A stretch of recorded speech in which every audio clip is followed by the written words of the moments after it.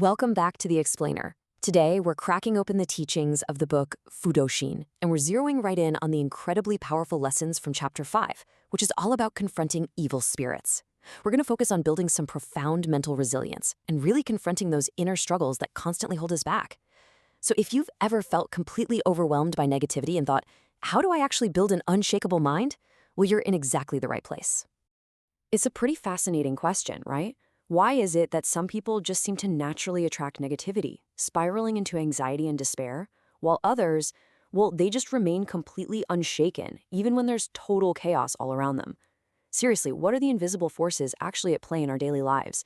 And honestly, more importantly, how do our own mental vulnerabilities invite those forces right in? It's something we literally all experience, but we very rarely actually understand it. To get to the bottom of this, we're looking directly at the foundational text, Fudoshin, which translates to the immovable heart. Specifically, we're digging into the insights from Chapter 5. And what's great is that this chapter doesn't just give us vague philosophy. No, it provides a highly specific, totally practical methodology for keeping overwhelming negativity, what the text actually calls evil spirits, meaning those heavy clouds of anxiety, fear, and toxic energy, keeping all of that firmly at bay.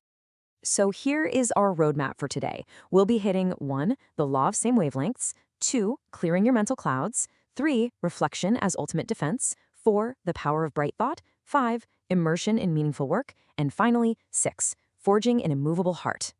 Section 1, the law of same wavelengths. Okay, before we can even think about building an immovable heart, we have to accurately diagnose the root cause of our negative attachments. The text introduces this absolutely vital concept called the demons of one's own heart. It basically says, look, we don't just randomly fall victim to bad energy out of nowhere. Actually, there's a law of same wavelengths at play. And this law dictates that like attracts like, meaning we actually attract external negativity through our own internal state of mind. Those secret grudges we hold on to, the little complaints we mutter under our breath every day, our hidden anxieties, all of those vulnerabilities act like a massive magnet for external dark forces. Now, this concept totally reframes how we understand hardship. Instead of looking at negativity as just some random external threat or, an unfair attack by the universe, the source suggests looking at it as a strict home tutor. Think about that for a second. If you're suffering, that negativity is actually doing you a huge favor. It's stepping in as a tutor, pointing exactly to the unrefined, vulnerable areas of your own heart that desperately need your attention and growth right now. Section 2, clearing your mental clouds. So let's look at what a vulnerable, susceptible mind actually looks like, according to these teachings. Imagine a vulnerable mind as being completely covered in thick, heavy rain clouds. Feelings of anxiety, fear, and dissatisfaction, they act exactly like those clouds. They block out the spiritual light and create this gloomy, damp environment where negativity absolutely thrives. So our goal is to clear those clouds out entirely, letting the sun naturally illuminate the mind. Because when that light shines through, it literally leaves zero room for shadows to exist. Section 3, reflection as ultimate defense. This is our first actionable prescription to combat those mental clouds. The text uses a wonderfully vivid metaphor here. It says that self-reflection, actively looking back at your day, re-examining your thoughts and mistakes through the lens of the Eightfold Path, which is essentially a core framework for ethical and mindful living, is like burning a mosquito coil. Just like mosquitoes absolutely despise the thick smoke of repellent, negative entities hate the energy of a person actively correcting their thoughts. This rigorous, super honest self-reflection acts as your ultimate, impenetrable defensive shield. Section 4, the power of bright thought. Once you've got your defense set up through reflection, it's time to go on the offensive with a massive, proactive mental shift. The crucial point here is bright thought, and the logical premise behind this is just incredibly empowering. Think about being in a pitch-black room. You can't just manually scoop the darkness out with your hands, right? No matter how hard you try. The only way to make the darkness disappear is to just turn on a light. Bright thought is that light. It's the active, daily practice of keeping your mind positive and totally filled with light, fundamentally shattering any of that creeping darkness. The author uses another fantastic analogy for this. A dark street naturally invites a thief, but if you increase the number of street lamps on that block, the thief is suddenly afraid to even go there. By actively increasing your internal light, you naturally repel negativity. The text even points to Thomas Edison. It's wild to think about, but Edison famously found thousands of ways that didn't work before finally perfecting the light bulb. By using bright thought, he didn't see darkness in those failures. He transformed thousands of past mistakes into golden, illuminating learning experiences. Section 5. Immersion in Meaningful Work. This is the final grounding step in our three-part methodology. Let's see how this builds on what we just covered.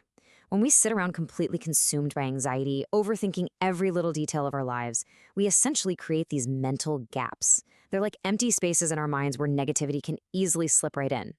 The solution? Deeply immerse yourself in purposeful work for the sake of others. When you're fully dedicated to meaningful action, contributing to something much larger than yourself, those mental gaps are completely sealed shut. There is literally no room left for darkness. So, to summarize this incredibly powerful toolkit, first up, self-reflection acts as your defense, repairing your internal vulnerabilities. Second, bright thought is your offense, illuminating your mind so darkness just can't exist. And third, immersion in work fortifies the entire structure, completely removing any of those idle gaps. When you put them all together, these three steps form an absolute, impenetrable barrier around your mind. Section 6. Forging an Immovable Heart. This brings us to the ultimate goal of all these practices. This unshakable state of spiritual stability, the immovable heart, is not something you're going to achieve overnight. As the text reminds us, it's a lot like an iceberg. The visible strength you see above the water, that is entirely supported by a massive, super sturdy foundation built deep beneath the surface over a long period of time. You construct it through the daily, persistent application of reflection, bright thought, and of course, hard work. The source gives us this truly powerful closing metaphor. A mind without this foundation is like a tiny leaf, just tossed around by the turbulent waves of every passing anxiety. But a soul that is grounded in self-conviction and spiritual awareness, that's completely different. It's like a heavy ship with its anchor set deep, deep into the ocean floor. No matter how fierce the storm gets around it, that ship remains secure, resolute, and totally unwavering. So, I want to leave you with this question to chew on. What meaningful purpose will you immerse yourself in today to anchor your own immovable heart? Remember, you absolutely have the power to clear your mental clouds, turn on the light, and seal up those gaps. Thanks so much for joining me on this explainer, and I really hope this empowers you to go out and forge your own unshakable foundation.